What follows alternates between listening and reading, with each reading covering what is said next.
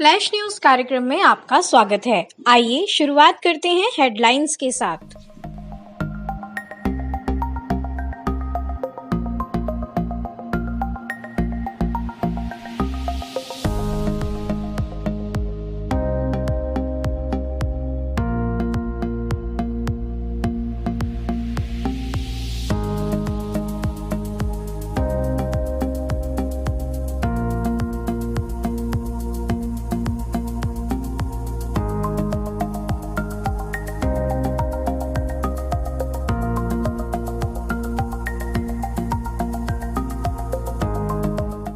चलिए शुरुआत करते हैं करंट अफेयर्स के विस्तार से। फटाफट वीडियो को शेयर करके चैनल को सब्सक्राइब कर लीजिए ताकि आगे आने वाली कोई वीडियो मिस ना हो और परीक्षा के लिहाज से एक भी प्रश्न नहीं छूटे। इस अंक में हम बात करेंगे 2 दिन के महत्वपूर्ण करंट अफेयर्स की। बहुत ही महत्वपूर्ण सेशन है। शुरुआत करते हैं। वीडियो को बिना स्किप किए पूरा देखिए। बाघ जनगणना 2018 क्यों चर्चा में है? देखिए यहाँ पर जो टाइगर सेंसस 2018 है वो इसलिए चर्चा में है क्योंकि इसने एक नया गिनीज वर्ल्ड रिकॉर्ड बनाया है। कौन सा? सबसे ज्यादा कैमरा यूज करने का। विश्व में अब तक कोई ऐसी बाघ जनगणना नहीं हुई है जिसने इतने कैमरे यूज किए हों। देखिए भारत ने बाघ जनगणना के लिए 141 साइट पे 26,838 स्थानों पर कैमरे लगाए। ये बहुत ही महत्वपूर्ण यहाँ पर उपलब्धि है और सर्वेक्षण के अंदर कैमरा ट्रैपिंग के माध्यम से 1,21,337 वर्ग किलोमीटर का सर्वेक्षण किया गया। ये बहुत ज्यादा इंपॉर्टेंट है। आगे बात करूं अगर भारत में टाइगर्स की, तो वर्तमान में 2,967 से भी ज्यादा बाघ भारत में है। अगर 2,967 में कहूं तो ये 2018 का सेंसस जो बाघ जनगणना हुई थी उसके आंकड़े हैं, लेकिन अभी चल रही है 2020, तो ये संख्या ऑब्वियसली बढ़ चुकी है। उसके बाद देखिए ये जो बाघ हैं भारत के अंदर, ये वैश्विक बाघों की 75% आबादी है। यानी जितने कुल विश्व के अंदर बाघ हैं उनमें से केवल 75% बाघ भारत में पाए जाते हैं। यानी कह सकते हैं कि बाघों की शरण स्थली है भारत। देखिए बाघ दुगुने करने का लक्ष्य रखा था सरकार ने 2022, लेकिन इससे पहले ही इस लक्ष्य को भारत सरकार ने हासिल कर लिया। तो यहां पर यह बहुत ही इंपॉर्टेंट टॉपिक है।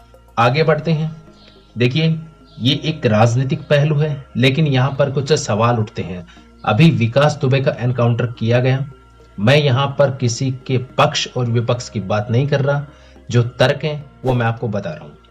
देखिए इस प्रकार से एनकाउंटर किया जाना ये कहाँ तक सही है, ये आप कमेंट में अपनी राय के माध्यम से बता सकते हैं।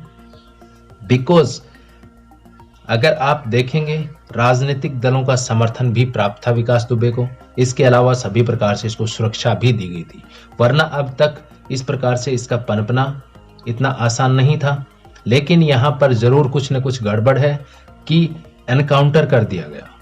इस प्रकार से एनकाउंटर करना कहाँ तक सही है? बहुत सारे राज्य जो दबे के दबे रह गए, कुछ भी पता नहीं लगा। केवल एक अपराधी को पकड़कर उसका एनकाउंटर करना अंतिम उपाय नहीं होता है, बिकॉज यहाँ पे उससे जुड़ी जो जानकारियां हैं वो सारी की सारी उसी के साथ खत्म हो जाती हैं। तो ये कहाँ तक सही है, कितना उचित है, क्या आपकी राय है, कमेंट में जरूर बताएं। नेक्स्ट आगे बढ़ते हैं। एक बुक है Mahavir the soldier who never died. ये किसने लिखी है? तो ये लिखी है रूपा श्री कुमार और AK श्री कुमार ने। वेरी वेरी इंपॉर्टेंट, याद रखेंगे।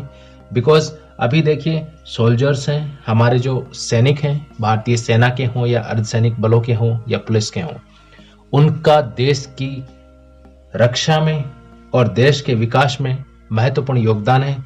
उनके बलिदान को या उनके कार्यों को हम कभी भूल नहीं सकते।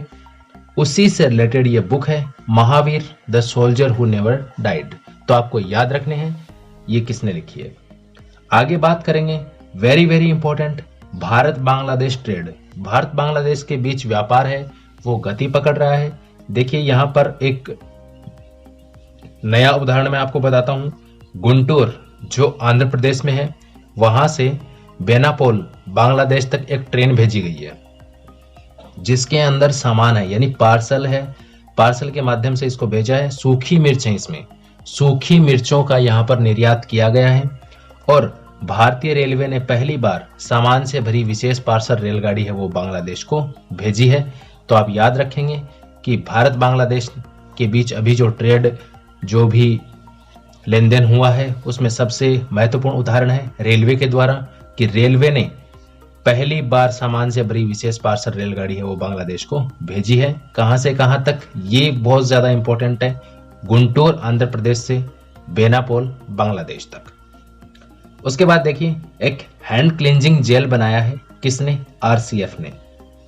देखिए इसमें कंपोनेंट्स क्या हैं, ये इंपॉर्टेंट है, साइंस से रिलेटेड क्वेश्चन है। इसके अलावा ये भी पूछ सकता है कि हाल ही में बनाया गया हैंड क्लींजिंग जेल जिसके अंदर आइसोप्रोपाइल अल्कोहल कंपोनेंट्स के रूप में थे, किसने बनाया? तो आरसीएफ ने बनाया और इसके कंपोनेंट हैं आइसोप्रोपाइल अल्कोहल यानी आईपीए, शॉर्ट में याद रखेंगे आईपीए, ये आपको याद रखना है, वेरी वेरी इंपॉर्टेंट। नेक्स्ट आगे बढ़ते हैं। हमने पीछे एक वीडियो में बात करी थी कंट्री ऑफ ओरिजिन को लेकर, तो देखिए उसी को ध्यान में रखते हुए केंद्र सरकार ने यहाँ पर एक सख्त फैसला लिया है कि हमें चीनी प्रोडक्ट से उनका बहिष्कार करना है और किस प्रकार से करना है। एक रणनीति के तहत ये सब होने वाला है। एक अगर कोई ये सोचता है कि हम एक साल में या एक दिन में, एक महीने में ऐसा कर सकते हैं तो वो तो संभव नहीं है। यहाँ पर देखिए भारत सरकार ने क्या किया है, ई कॉमर्स कंपनियां हैं या मैन्युफैक्चरिंग कंपनियां हैं, ठीक है, उनके ऊपर कंट्री ऑफ ओरिजिन यानी जो प्रोडक्ट्स वो डिलीवर कर रहे हैं, जो कंज्यूमर्स हैं उनको जो प्रोडक्शन डिलीवर करेंगे या प्रोडक्शन जो बनाएंगे, उन प्रोडक्शन के ऊपर अगर कंट्री ऑफ ओरिजिन नहीं लिखा है तो उनके ऊपर 1 लाख तक का जुर्माना लगाया जाएगा। ई कॉमर्स कंपनी जैसे कि अपनी फ्लिपकार्ट है, अमेजोन है और भी बहुत सारी हैं, मिंत्रा है, उनसे हम कोई प्रोडक्ट खरीदते हैं तो हम देखते हैं कि कई बार ये होता है कि सारी जानकारी उसमें होती है, उसकी की स्पेसिफिकेशन या सारी की सारी डिटेल्स उसकी होती है, लेकिन ये कहीं नहीं लिखा होता कि इसका निर्माण या डेवलप ये कहाँ पर हुई है, यानी कि कंट्री ऑफ ओरिजिन। ये ऑनलाइन शो नहीं करता है कि यह कहाँ पर बनी है, ये जो वस्तु है या प्रोडक्ट है ये किस देश में बना है। ये काफ़ी सारी ई कॉमर्स कंपनीज हैं, उनके जो प्रोडक्ट्स हैं उनमें ये शो नहीं होता है बिकॉज वो छुपाती हैं जानकारियां। तो इसी को ध्यान में रखते हुए केंद्र सरकार ने यह फैसला लिया है कि कंट्री ऑफ ओरिजिन अगर किसी प्रोडक्ट पर नहीं है तो हम 1 लाख रुपए तक का जुर्माना लगाएंगे। इसकी 3 स्लॉट बनाई गई हैं। सबसे पहले अगर पहली बार ये गलती होती है तो 25,000 रुपए का जुर्माना देना पड़ेगा, अगर दूसरी बार गलती होती है तो 50,000 का जुर्माना, और अगर इसी प्रकार से गलतियां जारी रहती हैं तो यहाँ तक भी मामला पहुंच सकता है कि 1 लाख तक का जुर्माना, और अंतिम उपाय तो यही रहता है कि कंपनी का लाइसेंस भी रद्द किया जा सकता है। तो ये याद रखना। और इस कार्य को करने के लिए एक विशेष प्राधिकरण का गठन किया गया है जिसका नाम है सेंट्रल कंज्यूमर प्रोटेक्शन अथॉरिटी यानी कि केंद्रीय उपभोक्ता संरक्षण प्राधिकरण। ये प्राधिकरण है, ये इसके ऊपर कार्यवाही करेगा और सारी की सारी है वो निगरानी इसी के द्वारा की जाएगी। आगे बढ़ते हैं, वेरी इंपॉर्टेंट, ऑपरेशन ग्रीन।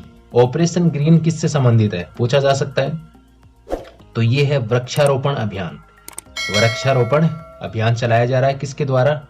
जो केंद्रीय सशस्त्र पुलिस बल हैं उनके द्वारा, और यहां पर इसकी अगुवाई की है। देखिए जब ये शुरू हुआ ऑपरेशन ग्रीन तो इसकी अगुवाई की है एसएसबी के जो हेड हैं एसएस देसवाल। एसएसबी के हेड हैं एसएस देसवाल, इन्होंने इसकी अगुवाई करी। इसके अलावा एक अभियान और है अखिल भारतीय वृक्षारोपण अभियान, ये भी सेंट्रल आर्म्ड पुलिस फोर्सेस का है, यानी केंद्रीय सशस्त्र सीमा बल जो है उन्हीं का ये कार्यक्रम है। इसकी शुरुआत किसने की? तो अखिल भारतीय वृक्षारोपण अभियान की शुरुआत की गुरुग्राम से गृह मंत्री अमित शाह द्वारा। अमित शाह ने यहाँ पर पीपल का पेड़ लगाया और इसकी शुरुआत की। तो आपको ये भी याद रखना है। आज के अंक में इतना ही। चलते चलते आपके लिए एक अभ्यास प्रश्न जिसका जवाब आपको कमेंट बॉक्स में देना है। सही जवाब भी आपको कॉलेज का कमेंट बॉक्स में मिल जाएगा। विश्व जनसंख्या दिवस प्रतिवर्ष कब मनाया जाता है? 9 जुलाई, 10 जुलाई, 11 जुलाई या 12 जुलाई? आज के अंक में इतना ही। नमस्कार।